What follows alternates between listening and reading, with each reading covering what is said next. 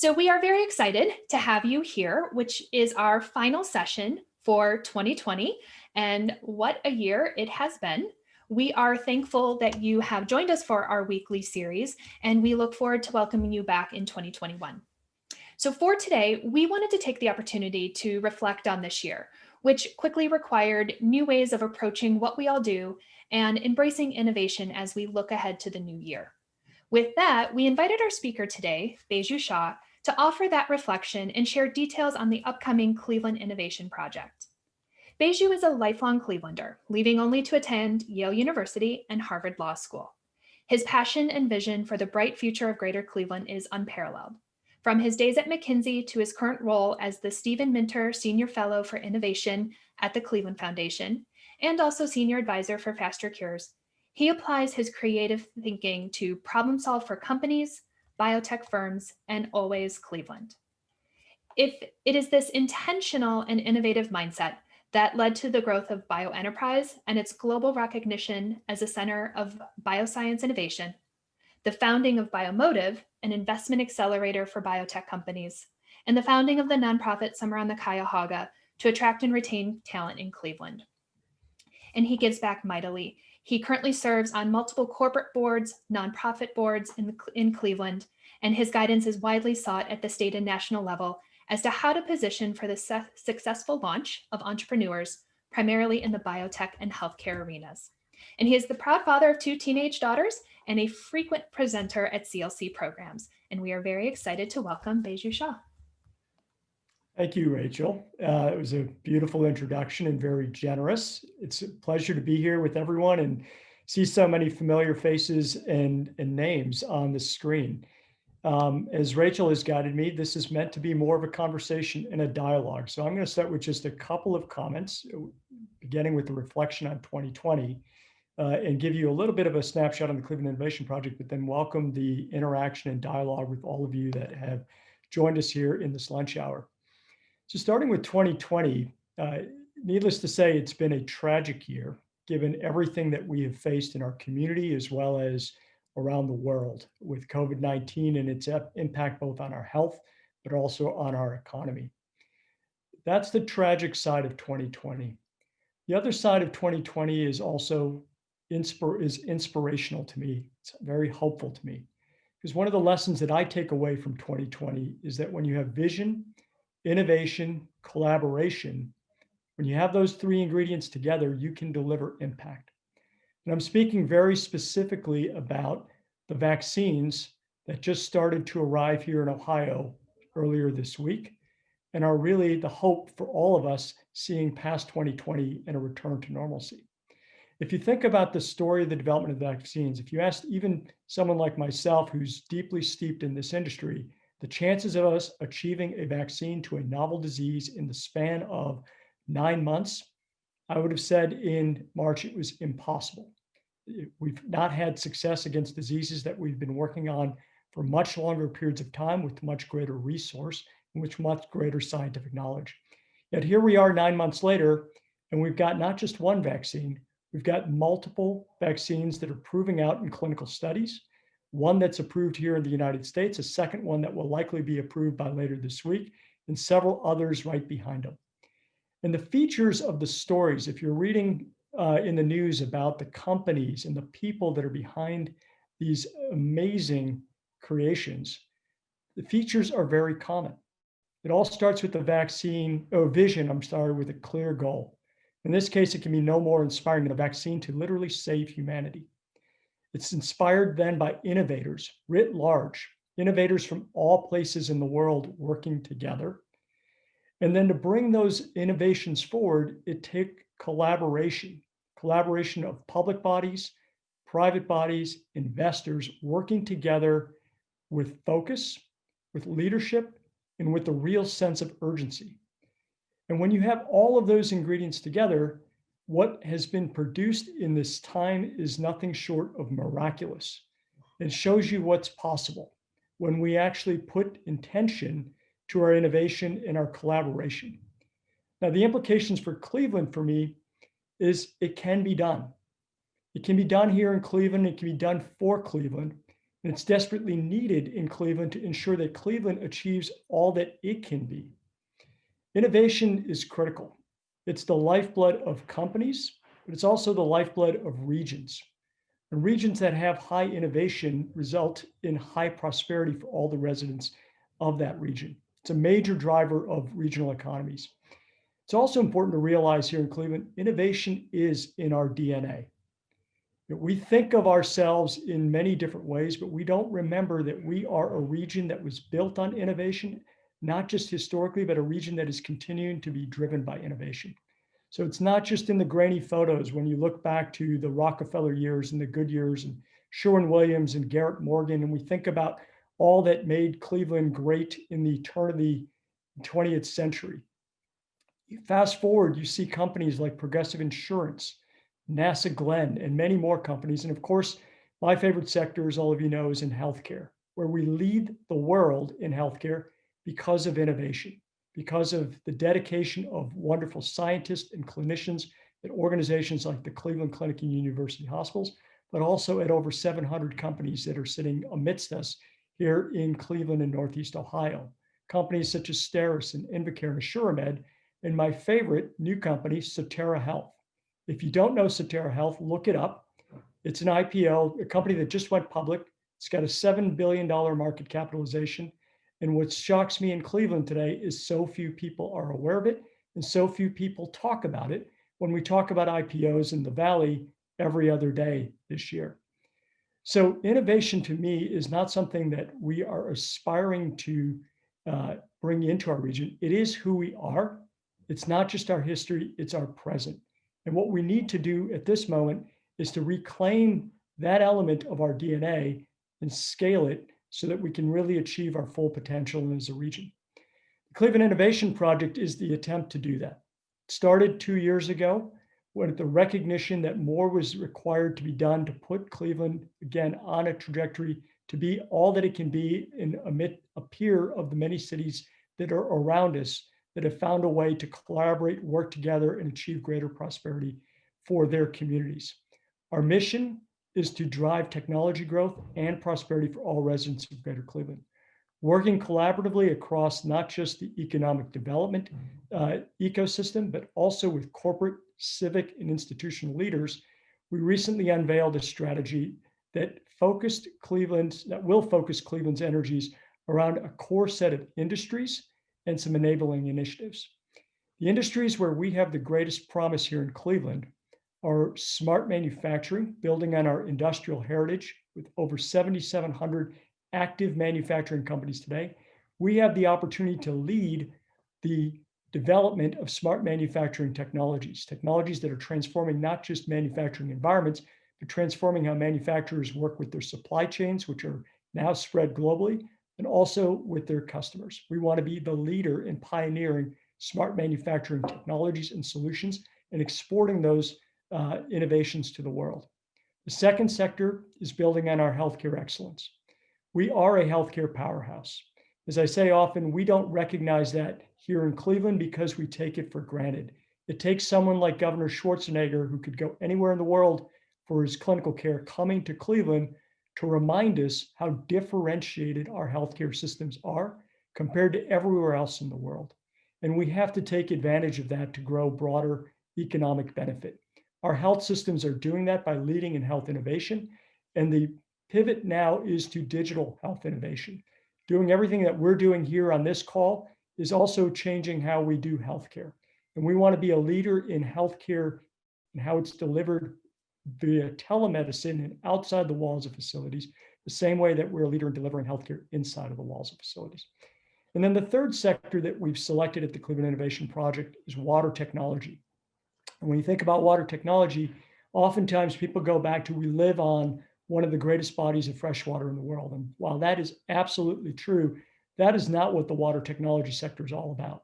The water tech sector is about the companies that are innovating technologies that manage water, monitor water, treat water to ensure that we have safe and reliable and clean water for all types of uses, commercial, industrial, and consumer. Increasingly throughout the world, water is a stressed natural resource. We have the companies and we have the technologies in Cleveland to pioneer how we better manage that limited resources in places that aren't as fortunate as Cleveland to reside on one of the world's greatest freshwater bodies. So those are the three sectors that we've selected through the Cleveland Innovation Project for focused effort across the community to ensure that we're scaling those enterprises, building on our natural advantages and tapping into markets that are growing. Now, to support those three sectors, we need to continue to build out our ecosystem, namely in four different initiatives. The first is around building a much larger pipeline of digital and science talent in our region, post-secondary all the way to postgraduate. We need more of everyone in these fields to continue to fuel the businesses and organizations that are here that want to continue their growth in Cleveland if they can continue to find the talent, as well as to attract more firms in these sectors to Cleveland. So that's a critical part of the Cleveland Innovation Project strategy. The second enabling endeavor is to really build out the private capital ecosystem in Cleveland. We have a plethora of seed capital sources and angel capital sources, but as businesses continue to scale, they need greater and greater amounts of capital, and that has to come from private investors. We have to catalyze the development of a private capital ecosystem in Cleveland to continue to enable businesses to scale their enterprises here rather than seeking that capital elsewhere. The third enabling element is to ensure that everyone in our region is connected digitally, not only so that they can tune into Leadership Cleveland's wonderful seminars, but that so they can participate fully in digital living, whether it's for learning or for earning or for living or just staying connected to their friends and family. Every resident in our region must be able to have affordable in-home broadband. They must have a device by which to access it, and they must have the knowledge and support needed to take advantage of everything that is possible once you have those enabling technologies in your home. And then finally, to bring visibility to all of these endeavors and to enable creative collisions, we need to create a sense of place for our innovation communities. We've got a focused effort to build out innovation districts and corridors in the zone that extends between Cleveland State and University Circle, what we call the Health Tech Corridor here in Cleveland. A whole host of efforts are underway, and you may have read recently about not only the Cleveland Foundation's move to that geography in terms of our headquarters, but also additional organizations like Magnet establishing their innovation headquarters and workforce training center in that geography as well. We need to create an innovation community where entrepreneurs and researchers, community members, artists, all sorts of creators are able to converge, find each other, and spur even greater innovation through those interactions.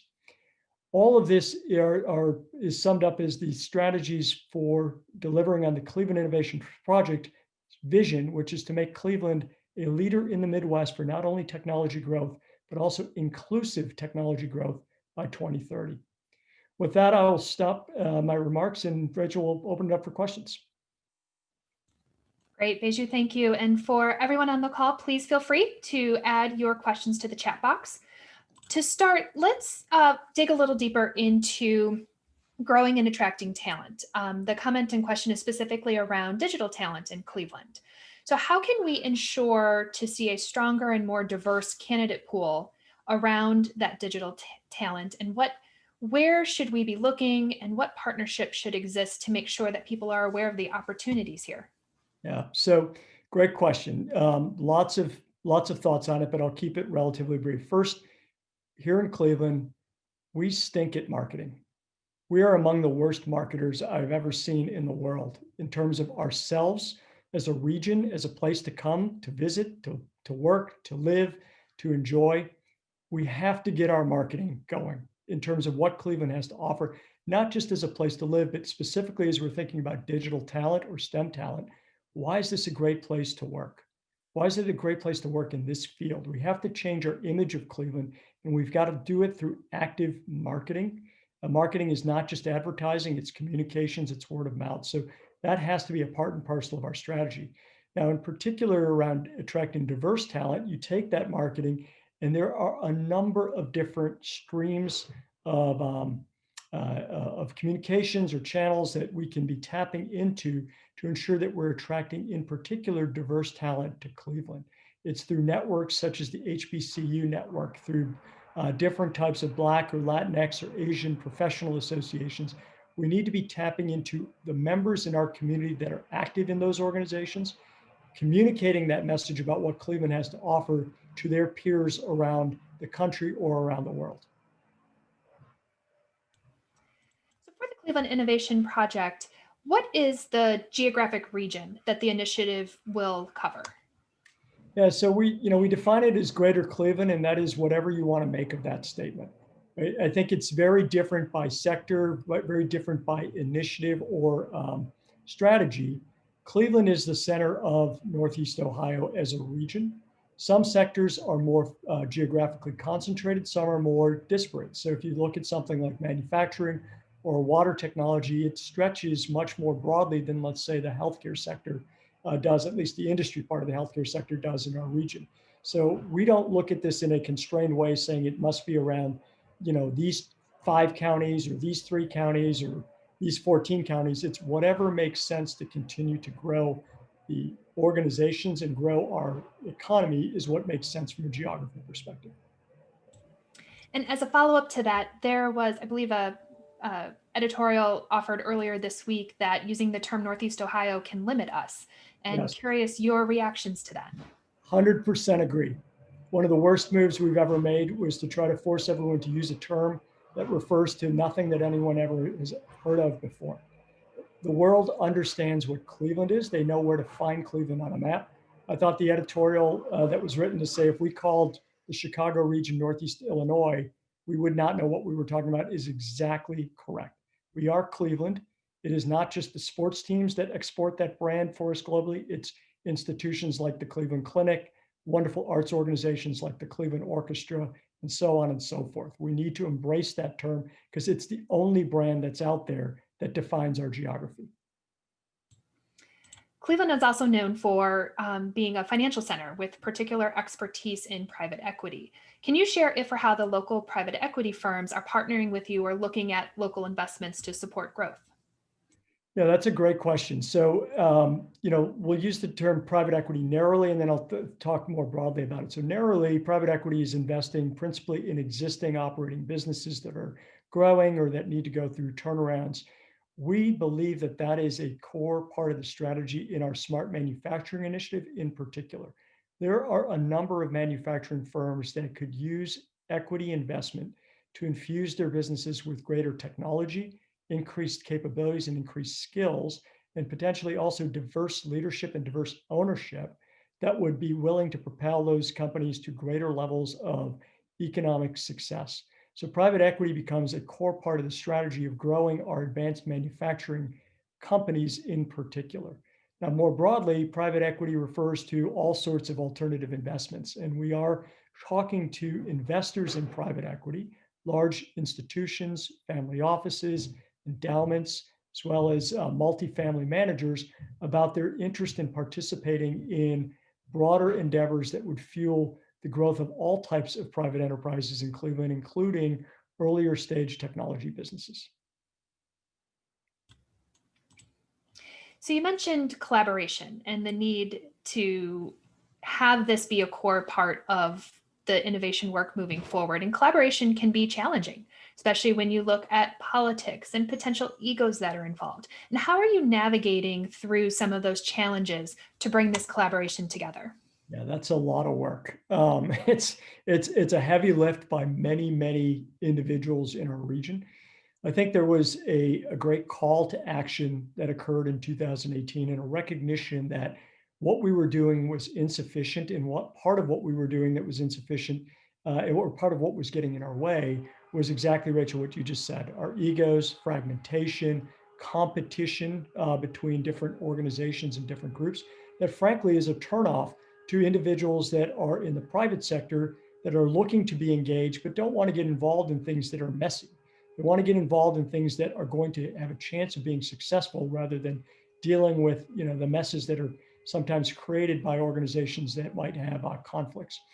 So there was a very intentional effort, and the Cleveland Innovation Project is that very intentional effort where 5 groups came together, 5 groups that are anchors within our economic development ecosystem. So the 5 groups are the Cleveland Foundation, uh, Greater Cleveland Partnership, Team NEO, Jumpstart, and the Fund for Our Economic Future. Those 5 groups came together and convened a steering committee of corporate and civic leaders to help guide the development of the Cleveland Innovation Project. And through that process, which has now been over a year and a half in development, I think we have forged a different set of relationships among those 5 groups. The CEOs of those 5 organizations meet with me and several others every single Friday. Every single Friday for 2 hours, we've been working together. And then outside of those Friday calls with our teams on pulling together the Cleveland Innovation Project. And I think just through that activity, that intensity of that activity, the frequency of that activity, it changes the nature of the relationships. The other thing that's important is we all report to a common steering committee. So it's not 5 different boards. It's one singular steering committee that is focused on the Cleveland Innovation Project that holds us accountable for staying aligned, for working together collaboratively, and that is adopting a set of collective goals that we want to all be collectively accountable for achieving, rather than saying, this is what I'll do and that's what you'll do. Of course, you do that tactically, but the end goal is the outcomes for the region that we all want to be responsible for, not for what our organization did. So, question around, is Cleveland big enough to support an innovation district and a thriving downtown? And kind of specifically thinking about the proposed city block at Tower City. Yeah, no, I mean, you think of geographies that are similarly sized to Cleveland, they're going to have multiple dynamic districts. It's not a singular place that is going to be where all these companies and all these entrepreneurs and all these individuals are going to want to live. There's going to be different reasons to be in different parts of a community. If you are in healthcare, you are going to want to be as close as possible to the health institutions in the university circle. That is your lifeblood for your business in terms of being able to collaborate, get validation, the back and forth in terms of talent. You need to be proximate to those organizations. For fintech, as you were saying, Rachel, we are a financial services center. Downtown might make a lot more sense because that's where KeyBank is. That's where our big banking organizations are. Some of our insurance companies are located in that area. So that might make more sense to be there. If you look at geographies around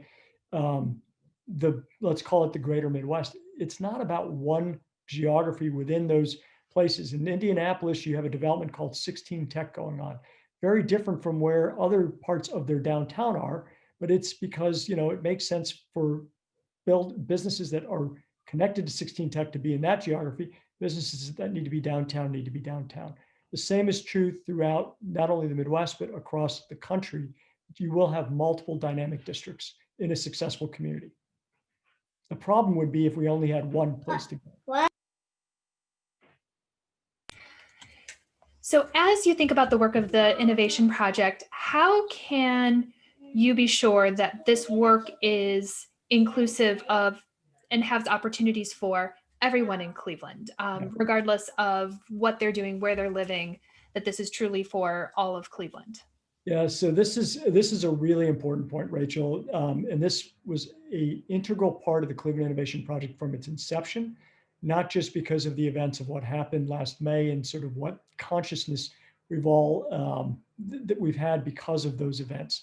So again, our mission is to drive technology growth and prosperity for all residents of Greater Cleveland. Backing up that mission is a series of programs, intentional programs, to drive towards very targeted outcomes. If you've looked at our 2030 goals, you'll see that we want to ensure that for the 20,000 jobs that we are adding and the 20,000 individuals that we're training, the 25% of those jobs and those individuals are from Black or Latinx backgrounds and 50% are women.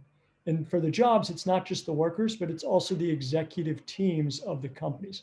Now, why is that important? Those percentages reflect the demographics of our region. We think that by 2030, there should be no difference in the demography of our tech sector than there is for our region. To get there, there's a lot of work to be done because we are starting at a point like everyone else in the tech sector where the numbers are much lower. Our baseline, for example, for Black or Latinx workers in the tech sector today is roughly around 13-ish%. So about half of where we need to be. And for women, it's only about 35%. So we've got a ways to go in both of those demographic segments in our region to achieve those goals. Now, back to sort of the principles of the Cleveland Innovation Project, we have annual measurements. We have targets every year of what we're trying to achieve. One of my frustrations in these types of conversations as it relates to inclusion is it's very easy to, and it's, I think, frankly, a cop-out to say, well, the only way we're going to fix it is if we start to work on issues, when kids are just born. It starts with daycare, it starts with, K-12, it starts with even potentially prenatal. And all of those things are absolutely true. We absolutely have to address ensuring that every child has a equal opportunity and a better certainly than today's opportunity to participate, but that shouldn't let us off the hook from achieving results today. And what that just challenges all in the Cleveland Innovation Project to think about is how do we get there more creatively? How do we push ourselves to say, how do we attract people while we are still working on developing that next generation here in Cleveland to ensure that we're actually achieving those goals? I fundamentally believe, and this is partly, maybe because of personal experience, but partly because I think, as you know, I got a passion for immigration. People migrate to places of opportunity. If we can have a reputation in Cleveland to be a place of opportunity for individuals from diverse backgrounds, whether they're international or Black or Latinx or women, to work and succeed in the tech sector, we will propel the region's growth because talent will be coming into the region in greater droves than talent is coming in today. And that ultimately will fuel the prosperity of the entire region. So, as we look ahead to the coming new year, what excites you most about what is on the horizon for Cleveland? Well, the ability to see everyone in person and not on Zoom. That is the single biggest thing that I'm excited about for 2021. But as it relates to this particular topic, the planning is behind us. Not that we don't constantly evolve our plans in the face of actual practice. One always does that with anything that you're involved in. But now it's the time to act. And we've set some very aggressive goals for 2021 that will be public on by the end of January when we get through our January steering committee to bless those goals. And it's all now about focus around action, focus around impact. Some of this you're already starting to see. So in recent weeks, you've seen the Nottingham Spur Ernst & Young Innovation Hub that's been announced. That's a core part of our smart manufacturing strategy, along with Magnet moving its headquarters. You've seen things about the Cleveland Foundation moving their headquarters and hiring Wexford, which is an expert in building innovation communities, to power the development of an inclusive innovation district in the Midtown area. Programs like Ohio to Work and reducing tuition barriers for individuals that want to go to coding boot camps, in particular coding individuals from underrepresented backgrounds. So we're starting to see elements, or you're starting to see elements of how this strategy is being moved into action. You're going to see that across the board in 21 because all of us in the Cleveland Innovation Project are now focused on we've got to deliver the outcomes against the scorecard we're setting for ourselves and for the community. We have time for one more question. And for those of us who are on the call today, what specific actions can we take to support the goals of the Cleveland Innovation Project? Wow.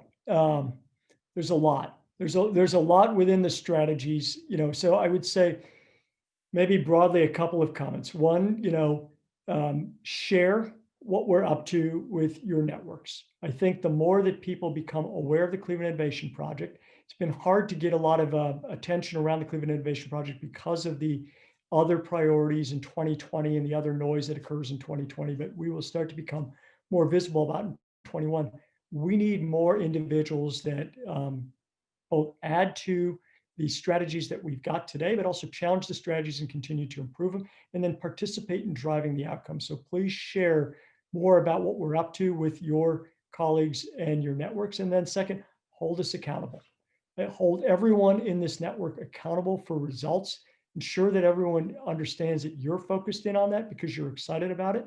And I think that will force everyone to ensure that we make these endeavors all that they should be for the region.